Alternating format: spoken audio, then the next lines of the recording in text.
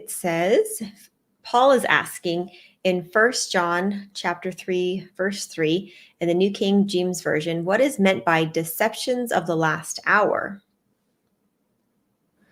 I love this question. I'm surprised we actually haven't gotten this question before.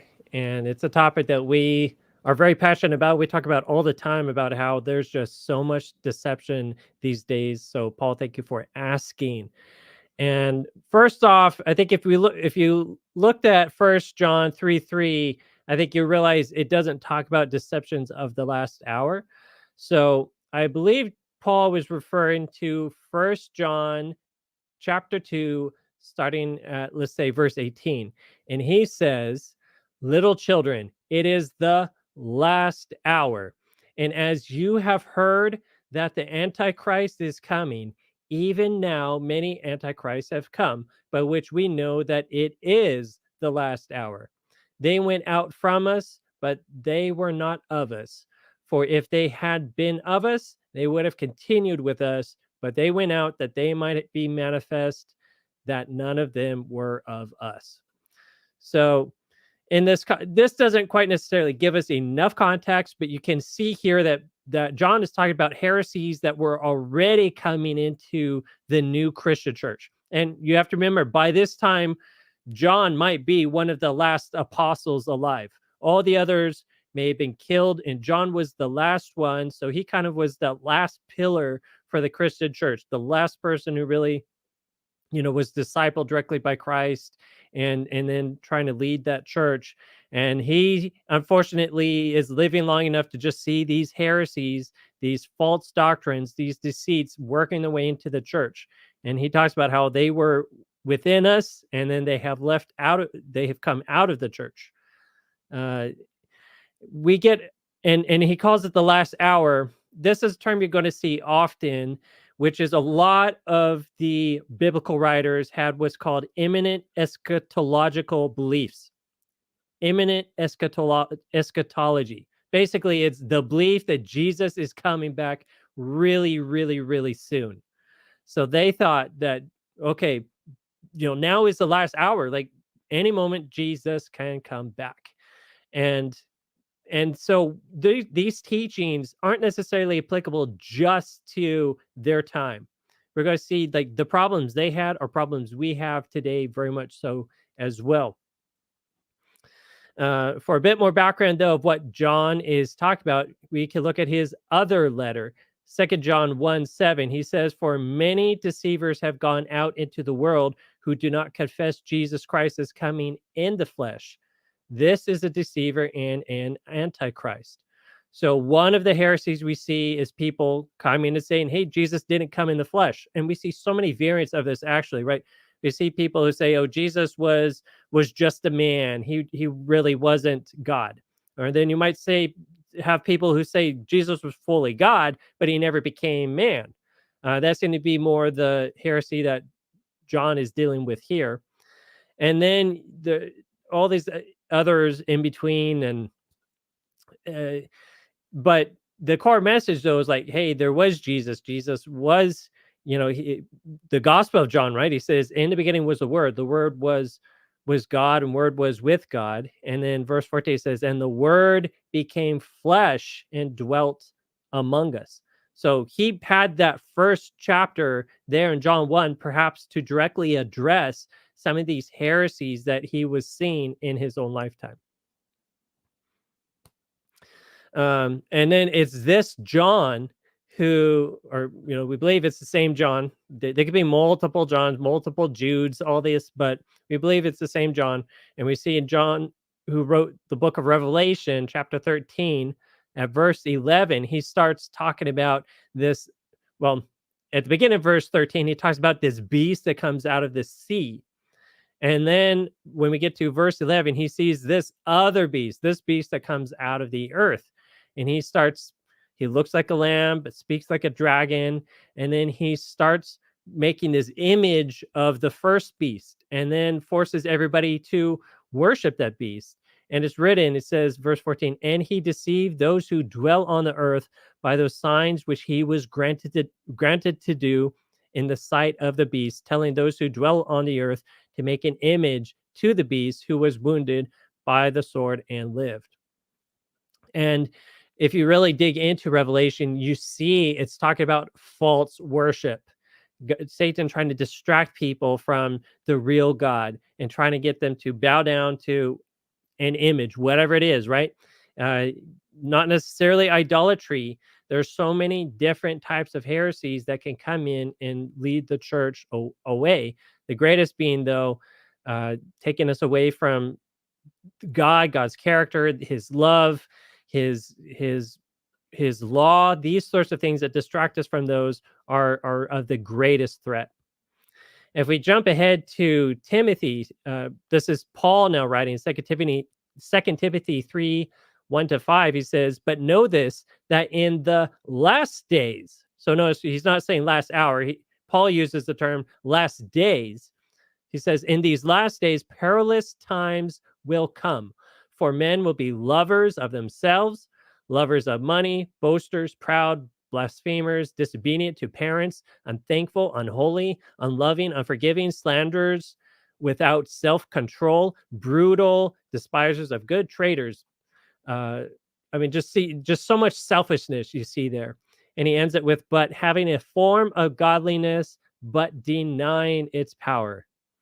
So almost this false religion, they look holy, they look righteous, lots of virtue signaling, right? We are good people, we're trying to do good things, but at their core, they're actually terribly selfish, all in it for them. This is what we have to expect of in the last days. And also talk about the last days, the last hour, this last period of time, this Christian era. Jesus warns in Matthew 24:11, he says, then many false prophets will rise up and deceive many. And because lawlessness will abound, the love of many will grow cold. So Jesus warned about false prophets, false teachers, false doctrines and deception that's coming around. And then lawlessness, right? If you saw earlier, what was Paul writing? This list of all this selfishness and lewdness and terrible things going on. Basically, it's people being lawless, not following, not keeping God's law. And then we come to 2 Thessalonians chapter 2, another major verse talking about the last days and the heresies and problems of that time. Paul writes, now, brethren, concerning the coming of the Lord Jesus Christ and our gathering together to him. So he says, okay, about the second coming of Jesus, he says, not to be soon shaken in mind or troubled, either by spirit or by word or letter, as if from us as though the day of Christ had come. Basically saying, look, the day hasn't come. So he had a false doctrine during that time with people saying, oh, the second coming more or less already came.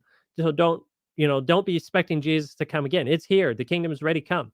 He says, verse 3, let no one deceive you by any means, for that day will not come unless the falling away comes first, and the man of sin is revealed, the son of perdition.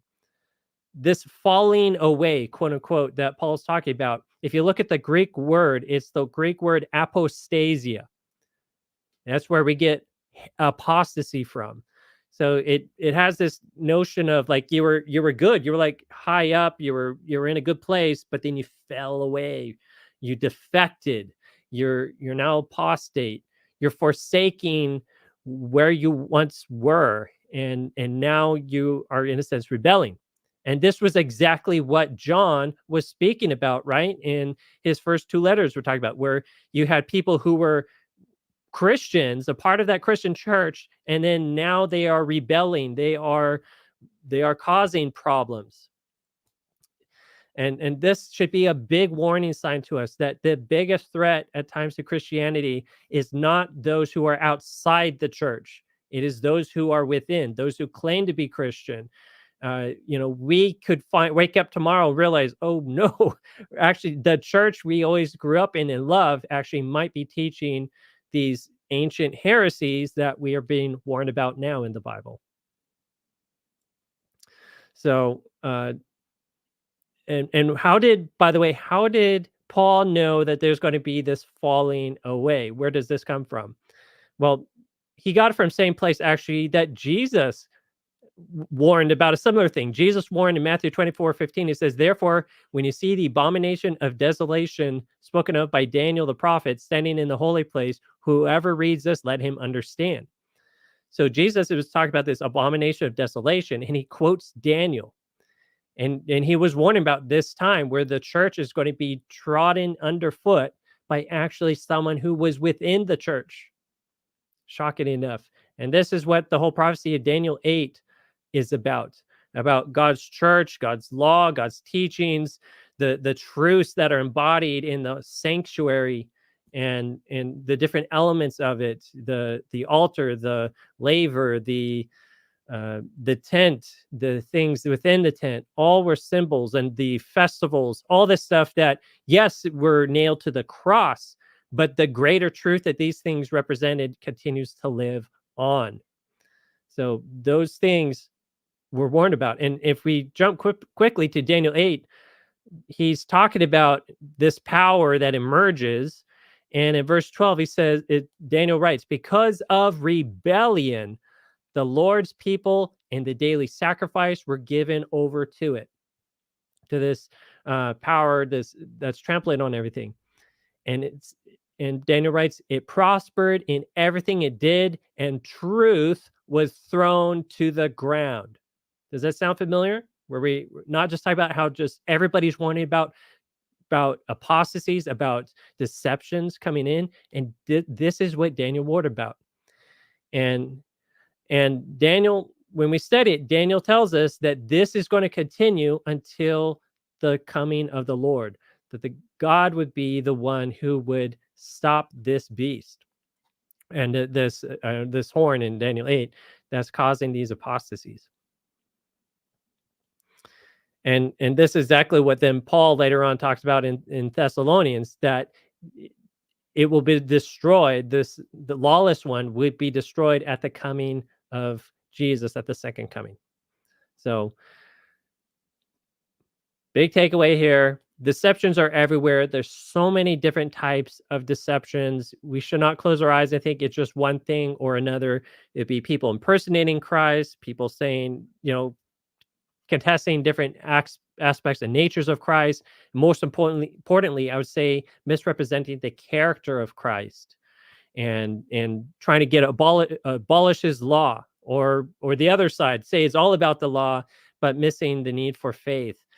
And then we just see all these snares and traps that Satan is trying to lay for Christians. And this is why it's so important for each and every one of us to have our own Bible study life, where we study the Bible for ourselves, we listen to God for ourselves, we have the relationship with him, really get to know him, really care about his love for us, and reciprocate that love for us, so that we have the love of the truth that Paul talks about. He says, why do many people fall into delusion?